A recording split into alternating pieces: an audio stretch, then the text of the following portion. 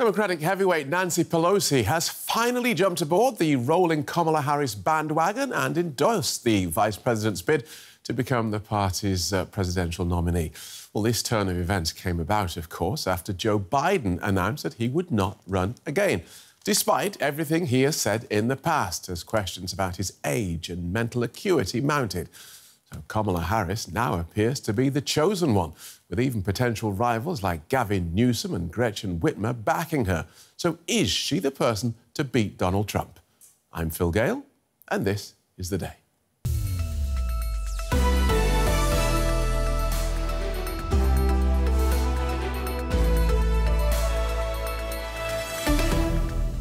I'll definitely vote for Kamala Harris, for sure. Anybody except for Trump. Any black woman that's running for president of the United States, I am supporting 100,000%. I don't think a lot of people are very in favor of Kamala Harris, but it's probably the next best course of action. She's a woman, but also maybe she'll make change for us for once. That's what we need. I don't know if it's going to be Kamala Harris. I don't know if they had, somebody in mind, but yeah, just kind of shocked. Kamala Harris is our absolute best shot for putting someone competent in office. And for her to be black and in office is a big thing for America, a big thing. Also on the day, congressional hearings open into the 13th of July assassination attempt on Donald Trump. This tragedy was preventable.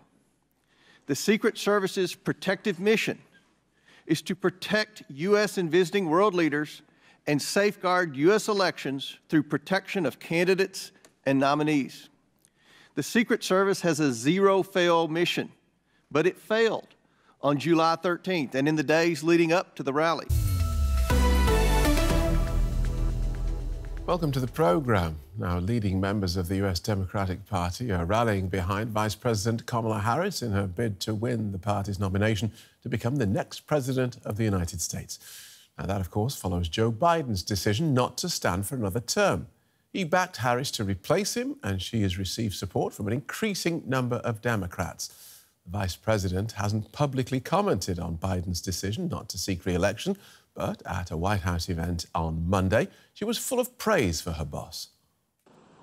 Joe Biden's legacy of accomplishment over the past 3 years is unmatched in modern history.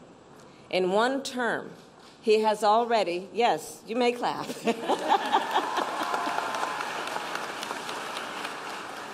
In one term, he has already surpassed the legacy of most presidents who have served 2 terms in office. Well, Joe Biden's decision to withdraw from the presidential race came after weeks of pressure over his age and health. His run for re-election was thrown into disarray late last month after a dismal debate performance against Donald Trump. After weeks of speculation and denials, U.S. President Joe Biden has abandoned his bid for re-election in November. In a statement, Biden said, "I believe it is in the best interest of my party and the country for me to stand down and to focus solely on fulfilling my duties as president for the remainder of my term." The catalyst was his debate against Donald Trump. Biden struggled to keep his train of thought, and his performance fueled concerns about his age and cognitive state. If we finally beat Medicare, Biden has now endorsed his vice president, Kamala Harris, as the challenger to Donald Trump. But Americans are divided on his choice. Awful news. Joe Biden got 14 million votes. He should be the candidate. She's a woman, but also maybe she'll make change for us for once. That's what we need, a lot of change. We need definitely some peace, too. I don't see where they have really much a chance. I think it's over for. It's a party that is deconstructing. It is failing, and I think the whole world is witnessing that right now. Donald Trump reacted to the news, saying, "Crooked Joe Biden was not fit to run for president and is certainly not fit to serve, and he never was.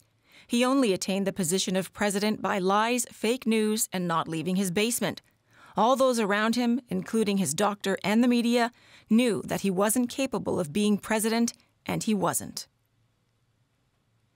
In 2020, Harris failed in her bid to become the Democratic nominee. Now she is closer than ever. It all depends on how delegates vote at the Democratic convention in August. You have an impeccable memory. Many notable Democrats have already endorsed Harris, a former prosecutor and attorney general. But some of the party's top brass have not backed her. Critics say Harris lacks a clear vision and has been absent on the political stage. Biden's late withdrawal has upended the Democratic campaign. The party must quickly find its footing with just months until the election. Chris Devine is an associate professor of political science at the University of Dayton, Ohio. He's also the author of Do Running Mates Matter? The Influence of Vice Presidential Candidates in Presidential Elections. Welcome to DW. Has President Biden's late decision not to stand again presented his party with a late-stage problem or an opportunity? It's a good way of framing it. It's a little of both. I think given where we were in the race, it is an opportunity. It's pretty clear that while Americans were souring on Joe Biden as a candidate, it didn't seem to be a general problem with the Democratic Party. We can see that because Democratic Senate candidates were polling pretty well, including in some of the major battleground states. So at this stage in the race, I think it's very likely that he was weighing down the ticket. And so having the opportunity to bring in someone else, most likely Kamala Harris, but we'll see, probably improves Democrats' chances. With that said, Donald Trump, his polling has been strong for a long time. We'll see if that was about Joe Biden or whether people really have an appetite for Donald Trump. I think he's still the favorite in this race. Right. And so you're clear that Biden couldn't beat Trump? Yeah, it's impossible to say. We'll never know the counterfactual there, but it was headed in the wrong direction. And from the initial reports about what convinced Joe Biden, it's pretty much what he said would convince him at his press conference, which seems long ago, but it wasn't that long ago. He said if he was convinced he couldn't win, that he would drop out. Reportedly, his team showed him some polls in major battleground states that showed him sinking, showed that he was not going to win, even that he might lose some states. I think it was New Mexico and Virginia that had been more solid for Democrats. So I think that is the way things were trending. And so the big question then becomes, can Kamala Harris beat Trump? I think her biggest advantage, and this is not a slight against Kamala Harris, but her advantage is that she's not as old as Joe Biden. She's not in her 80s. She's 59 years old. She looks youthful. It just takes that issue off the table. Now, there are other problems for Kamala Harris. She's tied to an administration that's not very popular. Joe Biden has been polling at best in recent months in the low 40s. She's usually 2 or 3 points behind that. So she's tied to a relatively unpopular administration. People are still upset about inflation and some other things. Biden administration has their accomplishments. She can tie herself to that, but she is going to be somewhat weighed down by it. Again, the advantage is that the age issue, which probably was feeding into Biden's low approval ratings, it's hard to tell how much it was policy versus that concern. She's taken that away, and so she can actually even make Donald Trump's age an issue for that matter. It frees the Democrats up to focus more on policy and put that consideration about age aside. And how does she win the policy argument, given that she was in the room when all of the things she'll say she wants to improve, when all those decisions were actually made? So she'll claim accomplishments for some things. I mean, she and other Democrats are proudly embracing at least parts of the Biden record. She's calling, and other Democrats are calling President Biden a tremendous success, one of the most successful presidents in modern times. Now, the American people aren't sold on that, so that'll be a challenge. But they do have positive things they can point to, important legislation that was passed, infrastructure, CHIPS Act, and so on, right? So she will tie herself to those things. Like any incumbent, president or vice president, they're going to emphasize, their accomplishments and try to ignore or complicate some other things that don't work as much in their favor. That's going to be a challenge for her, especially given that she's still serving as Joe Biden's vice president and yet running in her own right now. Every incumbent vice president who's run has faced this complicated dance of trying to be loyal to and really celebrate the incumbent president while also carving out their own distinct personality, their own priorities. That's a complicated thing to do, and especially in this context, she's going to be dealing with that throughout the campaign. The election, as I understand the way the figures are going, this is going to be decided by voters in the swing states Are these the sorts of voters likely to be persuaded by a black female California Democrat? No, it's hard to say how that will play out. It might, work better for some voters than others. We know that racial discrimination and gender-based discrimination can negatively affect certain candidates. By and large, for example, women candidates actually do not seem to be weighted down by gender. They don't seem to perform worse, at least according to most recent elections. So this might be something more so that energizes women. I think in particular, it can work towards framing certain issues. So Kamala Harris, of course, has indicated as vice president, and even now in her initial statements as a presidential candidate, that she is going to put abortion front and center. As a woman, she was kind of entrusted by the campaign to highlight that issue. As a presidential candidate, I think that'll be all the more true. So that could help her at least elevate a certain issue. Even if people aren't voting based on gender, it could make her a more effective messenger for what Democrats see as a winning issue. Good talking to you. Thank you so much for joining us. Chris Devine from the University of Dayton, Ohio. Thank you, Phil. Let's get a Republican view on this from Meghan Milloy, who co-founded Republican Women for Progress. She joins us from Washington, D.C. Welcome to the day. Does this late switching of Democrat horses fill your Republican heart with joy?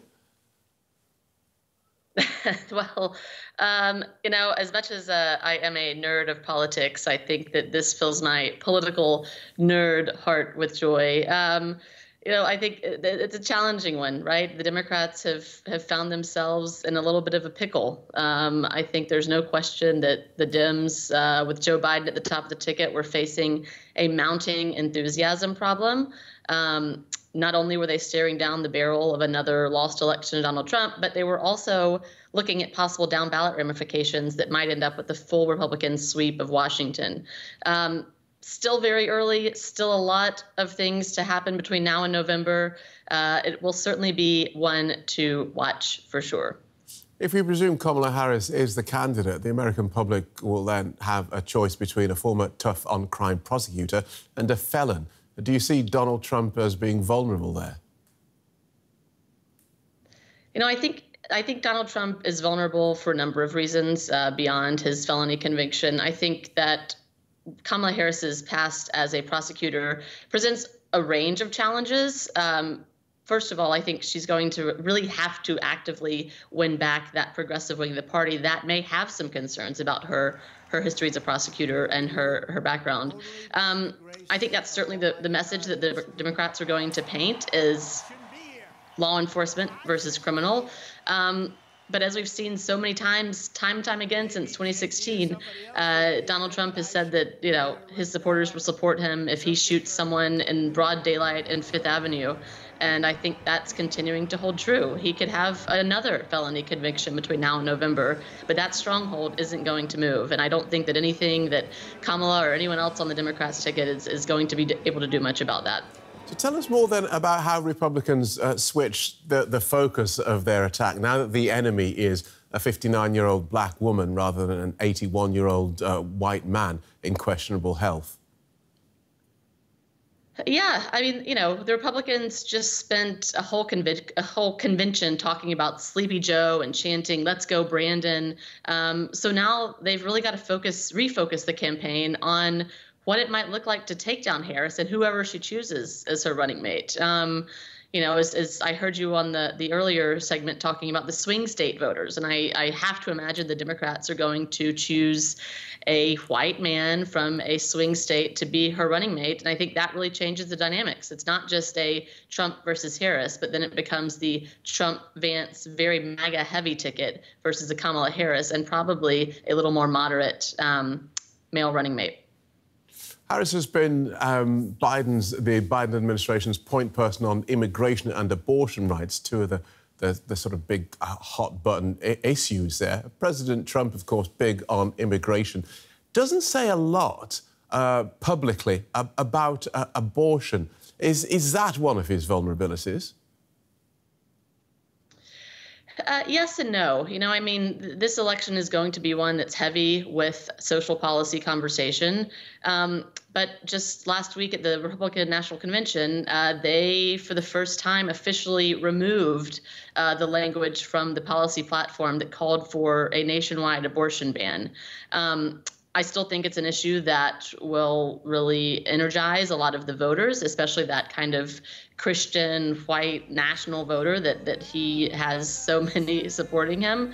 I think the challenge that Kamala faces here, both on immigration or abortion or any other number of topics, is, we say this jokingly all the time, the Democrats are playing chess and the Republicans are playing rugby.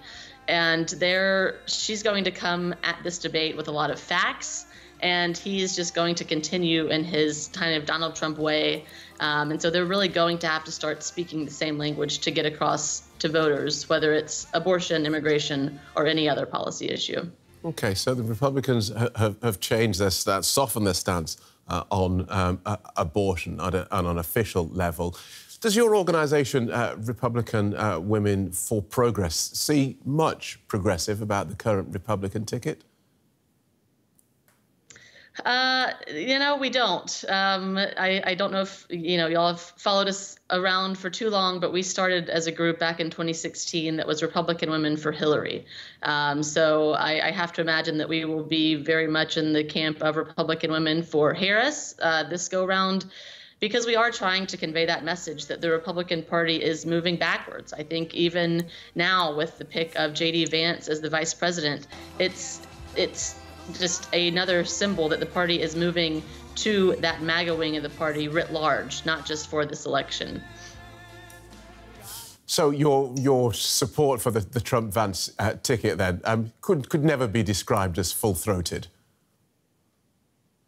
I wouldn't say we are supportive of the Trump-Vance ticket at all, no. You know, we've been in this game for a long time and are always willing to give someone a second chance. But I think, unfortunately, as we've seen far too much over the past 8 years, we know exactly what we're getting with Donald Trump, and now even more so with the choice of Vance as a running mate, which, quite frankly, I think was the Republicans trying to run a victory lap a little bit too early when they thought they had this election in the bag. And you know, instead of choosing maybe a more moderate vice presidential candidate, they went with the hard right MAGA. So they've kind of ignored the more centrist Republican voters in lieu of those further on the right. Thanks for joining us. Meghan Milloy, co-founder of Republican Women for Progress. Thank you.